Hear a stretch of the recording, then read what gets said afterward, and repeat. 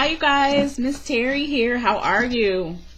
Hope everybody had a wonderful holiday. So, in keeping up with my video series, I wanted to do a video about how to get in touch with your guides and angels. Now, this video applies to any time that you come across it.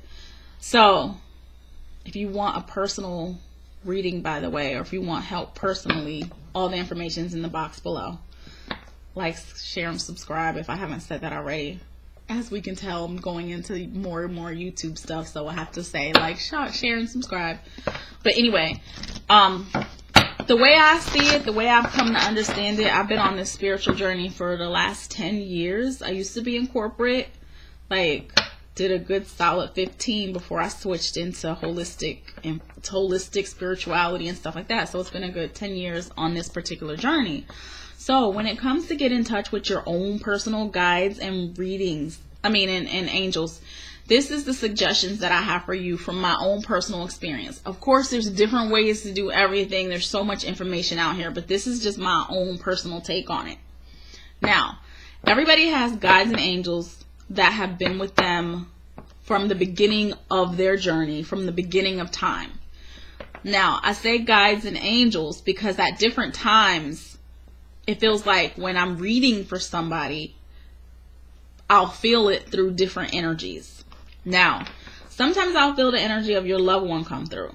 Your loved one is not necessarily your guide. They may help you with things. Like, it's like having a angel helper. Like, they might help things along on the other side. Or they may give you signs, or you might feel like, oh, I know my grandmother's there. I know she's helping me. I know she did this. I know she did that. They may help you with stuff. But when we talk about guides and angels that have been assigned to you for life, that's a little bit different. So the more, the merrier. It's not limited. The next thing is that a lot of people want to know who their angel or guide's names are. To me, if you're going to get a name, you're going to get a name. If you don't get a name, don't worry about if you don't get a name. Because sometimes that could become a crutch. Like, because you're stuck on everything your guide Lucille says. Who's Lucille? Like, I feel like sometimes it doesn't matter about the name. Now, what does matter is how it makes you feel.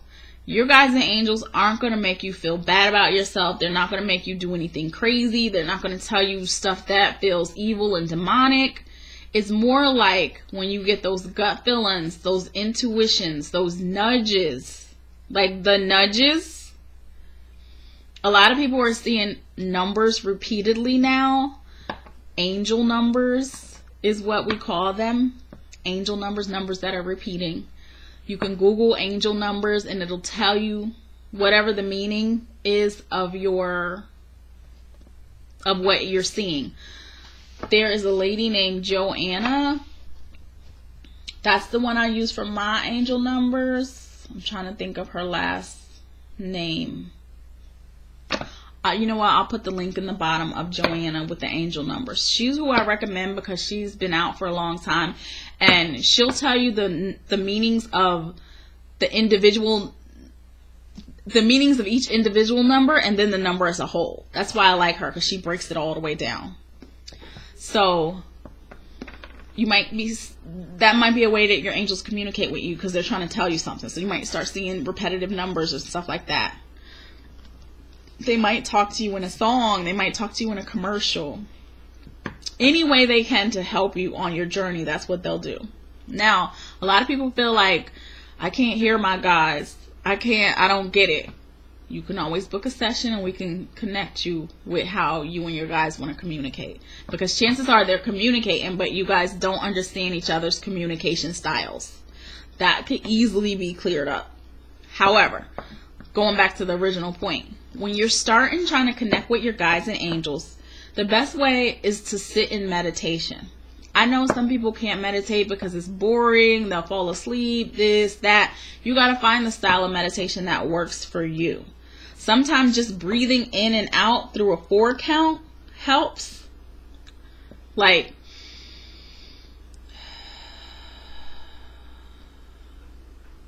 So you may not even go into some full-fledged something, but just the thought of breathing in a 4 count, breathing out a 4 count, breathing in a 4 count, breathing out a 4 count, and just letting yourself be in that zone of the breathing and letting yourself be at peace for a few minutes uninterrupted. It's like you'll start to connect more and more and more. There are books out here on angels and guides. There's a whole section. If you go to Barnes and Noble, Books A Million, you can go on Amazon and read about angels and guides.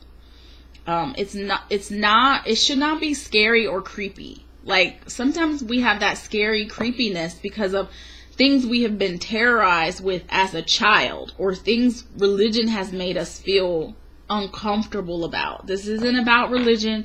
This has nothing to do with whether you're a Muslim or a Jehovah Witness. Like, that kind of stuff is irrelevant when we're talking about the guides and angels, your guardian angel who has been with you, helping you and protecting you all along the way. So this other deck that I like is called Angel Power. You can see that. See, they wanted you to get this because that came through. It's by Gay Guthrie. Like I said, I'll also put the link in the bottom so that you can have this. This is like, I like this deck because the cards are big, but they feel so good. These are like angel messages. So what you could do is get an angel deck of cards and pick a card a day and read what it says out of the book. The card of the day, let me tell you, discernment. It's really pretty. So it's like you could pick a message from your angels every day. The card that I got just now is discernment. So I'm going to go to the trusty little book and I'm going to read about what it says. Let's see. What does the angel say about discernment? It says, follow your intuition. Wow, I can't even make this up if I wanted to. This is totally random. It says, you have the spiritual gift of discernment. Your innate sensitive nature will alert you to feel when situations are not in sync or right. Intuition is the same as discernment, which is your inherent gift, your guiding force, your connection to God. Discernment means looking beyond the surface of what's being said to find the truth in it. Some people liken intuition to gut instincts because sometimes discerning people just get a feeling when something is not quite right. In life, people often like to bamboozle us with sales deals, opportunities, or situations where it's difficult to know what is worth doing or what is not. Your divine intelligence will guide you to choices that are right for your success and fulfillment. Angel message, learn to develop your spiritual gifts of intuition. Like, if I was doing any other video besides helping connect with your guides and angels, and the guides and angels show up, talk about follow your intuition from your guides and angels, like, I couldn't make that up if I wanted to. Like, it's insane.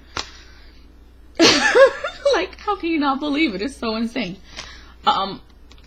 Anyway, so the way you connect is not as important as making time to connect. And they're saying, like, we're going to talk to you through your gut instincts. We're going to talk to you about how you feel. Sometimes the only reason why you're scared or doubtful of what you're feeling is if somebody has said so much negativity to you, or if you've had so many bad experiences that you feel like you can't trust it. However, getting work with a person like me or doing readings with a person like me will help you find your own intuitive voice. Like, I'm never here to make somebody a crutch in any way, shape, or form. I will always lead you back to God. I will always lead you back to your own intuition. And I'm not saying lead you back to God like I'm the Messiah or something like that. But this is all allowed because God allows it. Like, these are just tools that we use to connect with the God in us. Like, intuition, inspire, in spirit. It's things that allows us to connect back to source. Now, a good point is that I respect the dark, okay? I respect the dark forces. I respect negativity, demons, entities, all that stuff. That is not my lane. However, there are people out here who are doing all kind of stuff in the dark. Like, legit dark workers. Like, people were out here doing stuff intentionally, throwing stuff all around, having crazy spiritual warfares, conjuring up stuff. That stuff is real, whether you believe it or not. I respect the dark enough to stay in my own lane. I stay in the light lane. I don't go hanging out in the dark lane. I literally have people that I call my spiritual bodyguards, because they might know how to do some stuff in the dark. And if I feel like, yo, something's going on, something feel a little heavy, could you check it out? They'll go fight it for me. I'm not the person in the movie who's about to run to the danger. I'm about to go the whole opposite. I'm about to go the whole opposite way. I don't advise people being dark workers unless that's your inherent nature. Like, unless you somewhere, oh, I just connect with, that's just, then go over there. Don't come over here. Go over there. I'll respect you from afar. No judgment, because it's like yin and yang. They exist. Like, you recognize good when you've been through bad. So no judgment. I just know the side that I'm in. I know the lane that I'm in. So this was just a short video about connection. This is not the end all be all, but this is just encouraging you. If you were thinking about trying to connect with your guides and angels, it's time. It's been time. Like, yes, the answer is yes. Connect with your guides and angels. Yes, you have some intuition that's opening up. Yes, learn these new skills. There are a lot of videos that you could watch on YouTube. There's meditation music. There's guided meditations. I may end up doing a guided meditation as well, just to help people connect. I probably will. So there are a lot of resources. The key is to stay with what feels good, not with what is, if anything's making you feel bad or weird or creepy. Don't do it. Like, don't do it.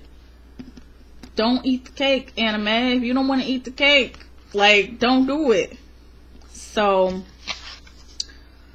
let's see.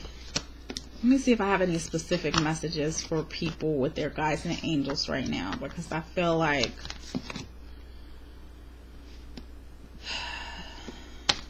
somebody, I feel like you're about to pull through. You're about to pull through. Like, you're really just afraid of not knowing, and you want confirmation so that you know. But the only way you're going to know is if you take the leap. Like, take the leap, and then you'll know. Like, sometimes you can't see what's going to happen in advance. You got to be able to trust and know. So I feel like somebody specifically is having that stirring in their gut where they want to do things and they want to make changes, but they're scared because they don't know what's going to happen. Just take the leap, like little baby steps. Your angels and your guides are with you. They're going to help you step by step. You're not going to do it alone. You will not be alone. It's going to turn out good. Okay, so if it resonates with you, take it. If it doesn't resonate with you, that's fine too. So I'll put the information in the bottom that we talked about, and I will talk to you guys soon. I want to keep it short and sweet. Ms.Terry here. Like and subscribe and share the video. I totally appreciate you guys. Love you. Have a good night.